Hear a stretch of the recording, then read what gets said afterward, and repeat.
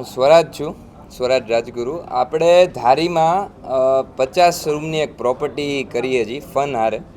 The fun એમાં એ લોકો આવે છે અને પાર્ટી પ્લોટ આપણે છે, ડેસ્ટિનેશન વેડિંગ થઈ શકે એવી સગવડતા છે. આપણે gym, swimming pool, spa area, પછી એમ્યુનિટીઝ જે બધી જે પણ નેસેસરી એમ્યુનિટીઝ હોય હોટેલ્સ માટે એ બધી છે. મોટો એક એરિયા છે આપણો, 8 એકરની ટોટલ જગ્યા છે.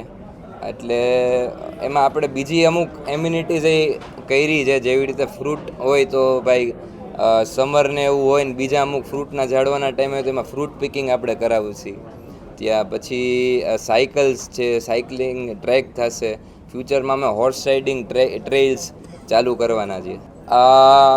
એ આપણે ધ ફન એ લોકોનું છે. વિસ્ટેરિયા એક આપણું નામ દીધેલું છે અને એ ઓવરઓલ જે આપણે જે હોટેલ્સ કરીએ છીએ એમાં આપણે એ વિસ્ટેરિયાના માધ્યમથી આપણે કરીએ છીએ.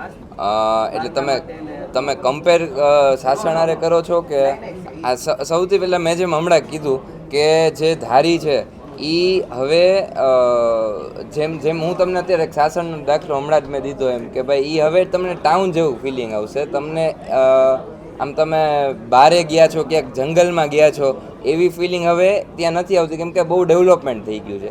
ધારીમાં અત્યારે જે ડેવલપમેન્ટ છે ત્યાં જંગલનો એરિયા વધારે છે, એટલે ડેવલપમેન્ટ સીમિત છે.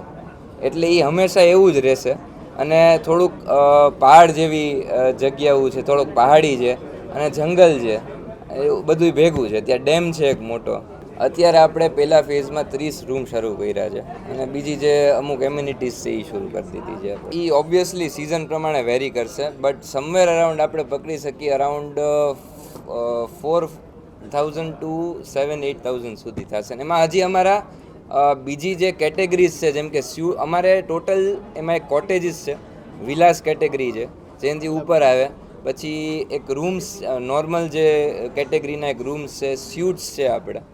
એટલે હજી એ બધા આપણે સ્યુટ્સ નથી ચાલુ કર્યા, એ ચાલુ કરશું એટલે એના એ હાયર રેન્જ. હા, એ આપણે બધી જાતના જે લાઇસન્સીસ કહેલા એ બધાય આપણી પાસે, કોઈ ડિસ્ટર્બ ન થાય. અને બધી બિનકેતી થયેલું જે લાઇસન્સીસ હોય એ બધાય આપણે જે પછી જ ખોલેલા છે આપણા.